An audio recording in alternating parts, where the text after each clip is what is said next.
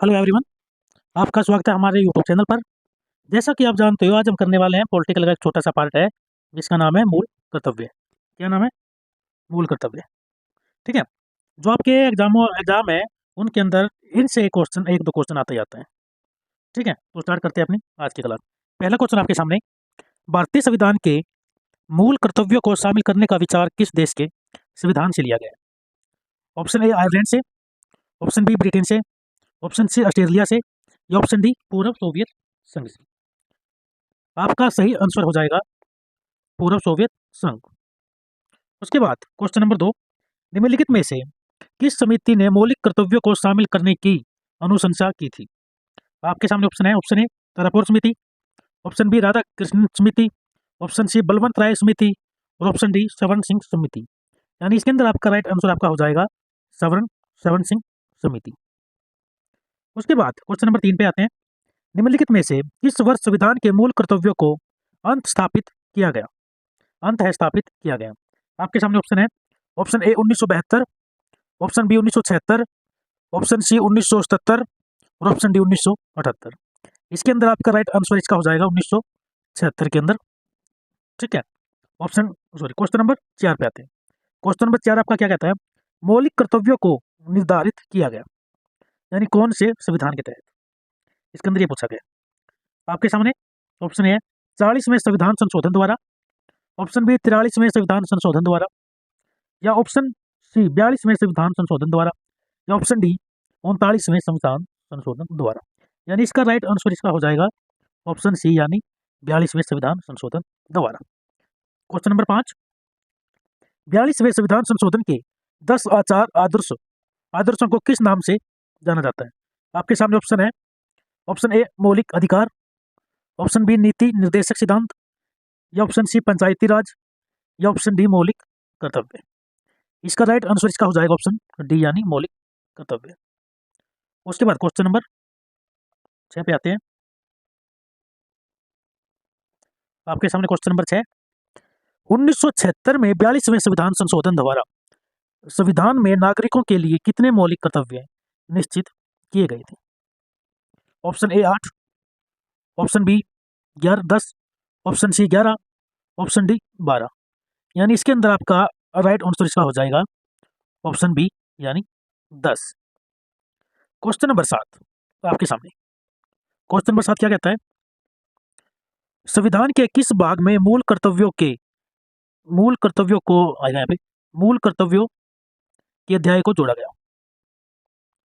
Option A भाग 3 में, option B भाग 3 क में, या ऑप्शन सी भाग 4 में, या ऑप्शन डी भाग 4 क में। इसके अंदर आपका राइट इसका आंसर हो जाएगा ऑप्शन डी, यानी भाग 4 के क में। उसके बाद क्वेश्चन नंबर 8 पे चलते हैं। क्वेश्चन नंबर 8 क्या कहता है? भारतीय संविधान के मौलिक कर्तव्यों की सूची निम्नलिखित में से किस भाग के रूप में जोड़ी गई? आपके सामने ऑप्शन है। Option A 4, option B 5, option C 2, या ऑप्शन डी 3। इसके अंदर आपका राइट आंसर इसका आपका हो जाएगा ऑप्शन ए, यानी 4। उसके बाद नेक्स्ट क्वेश्चन पे आते हैं। क्वेश्चन नंबर 9 क्या कहता है? भारत के संविधान के किस अनुच्छेद में मौलिक कर्तव्यों की चर्चा की गई है? किसकी गई मौलिक कर्तव्यों की संख्या? ऑप्शन ए अनुच्छेद 51A, ऑप्शन बी अनुच्छेद 50A, ऑप्शन सी अनुच्छेद 49A, और ऑप्शन डी अनुच्छेद 52A। इसके अंदर आपका राइट आंसर अगर आपसे पूछा जाए तो इसका राइट आंसर इसका हो जाएगा ऑप्शन ए, यानी अनुच्छेद 51A के तहत।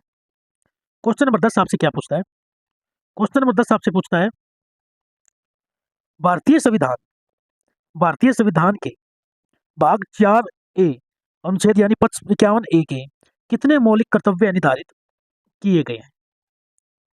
Option A 11, option B 10, option C 12, option D 9। यानी इसके अंदर आपका राइट आंसर आपका हो जाएगा ऑप्शन ए, यानी 11। उसके बाद चलते हैं क्वेश्चन नंबर 11 की तरफ। क्वेश्चन नंबर 11 आपके सामने, किस संवैधानिक संशोधन अधिनियम द्वारा संविधान के मूल कर्तव्यों को सम्मिलित किया गया है? ऑप्शन ए 42वां, ऑप्शन बी 43वां, या ऑप्शन सी 44वां या ऑप्शन डी 45वां। इसके अंदर आपका राइट आंसर आपका हो जाएगा ऑप्शन ए यानी 42वां। ठीक है, उसके बाद क्वेश्चन नंबर 12 पे चलते हैं। मौलिक कर्तव्यों को संविधान में सम्मिलित किए जाने का प्रयोजन है, ये आपको बताना है क्वेश्चन नंबर 12, यानी आपके लिए आप होमवर्क लिख सकते हो, इसका आंसर आपको बताना है कमेंट बॉक्स में। क्वेश्चन नंबर 13 की तरफ चलते हैं। इसके अंदर क्या बताया गया है, संविधान में उल्लिखित मौलिक कर्तव्य किसके लिए है, यानी जो उल्लिखित मौलिक कर्तव्य है ये किसके लिए है? ऑप्शन ए सभी व्यक्तियों के लिए, ऑप्शन बी सभी नागरिकों के लिए, या ऑप्शन सी केवल गैर नागरिकों के लिए, या ऑप्शन डी केवल केंद्रीय व राज्य के कर्मचारियों के लिए। इसके अंदर आपका राइट आंसर आपका हो जाएगा ऑप्शन बी यानी सभी नागरिकों के लिए।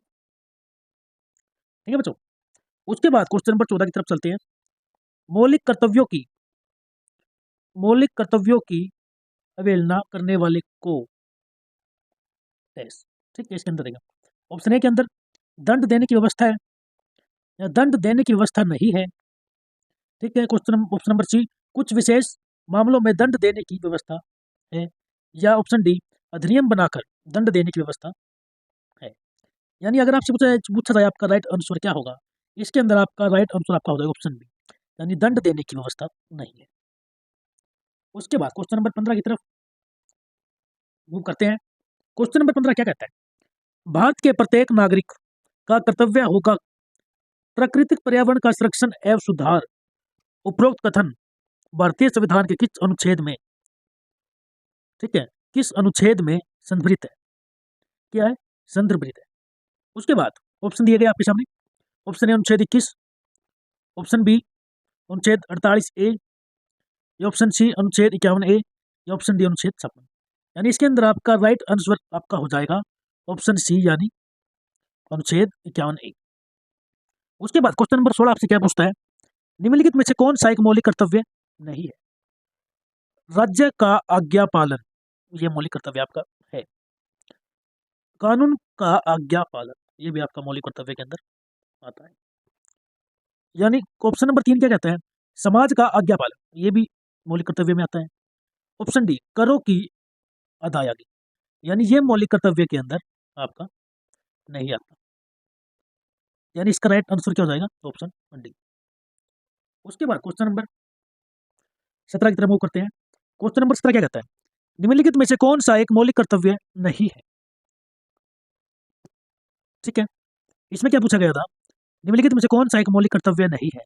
इसके अंदर भी सेम टू सेम क्वेश्चन पूछा गया, ये सब पूछे हुए क्वेश्चन है। ठीक, क्वेश्चन नंबर 17, ऑप्शन ए संविधान का पालन करना, या ऑप्शन बी देश की एकता और अखंडता की रक्षा करना। ठीक है, ऑप्शन सी धर्मनिरपेक्षता का पालन करना, या ऑप्शन डी सार्वजनिक संपत्ति को सुरक्षित रखना। यानी इसके अंदर आपका राइट आंसर आपका हो जाएगा धर्मनिरपेक्षता का पालन करना।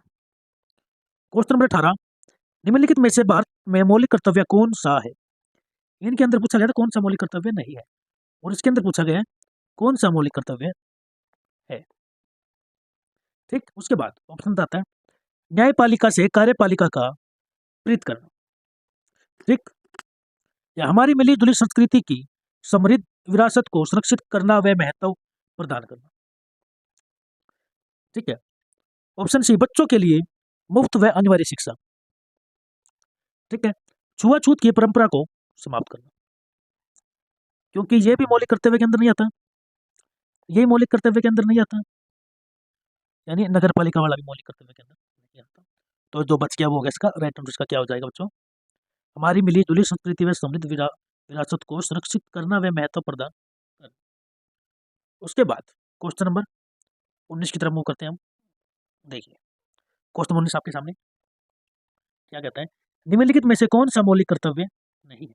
ये सब क्वेश्चन एग्जामों में पूछे गए।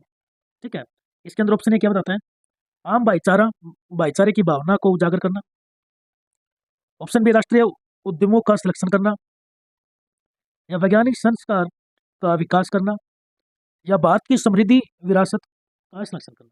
यानी इसके अंदर आपका राइट आंसर आपका हो जाएगा ऑप्शन बी, यानी राष्ट्रीय उद्यमों का संरक्षण करना। क्वेश्चन नंबर 20, भारतीय संविधान में नागरिकों के मूल कर्तव्य के अंतर्गत सम्मिलित नहीं है। ऑप्शन ए सार्वजनिक संपत्ति की रक्षा करना, या हिंसा का परित्याग करना, या धर्मनिरपेक्षता को बढ़ावा देना।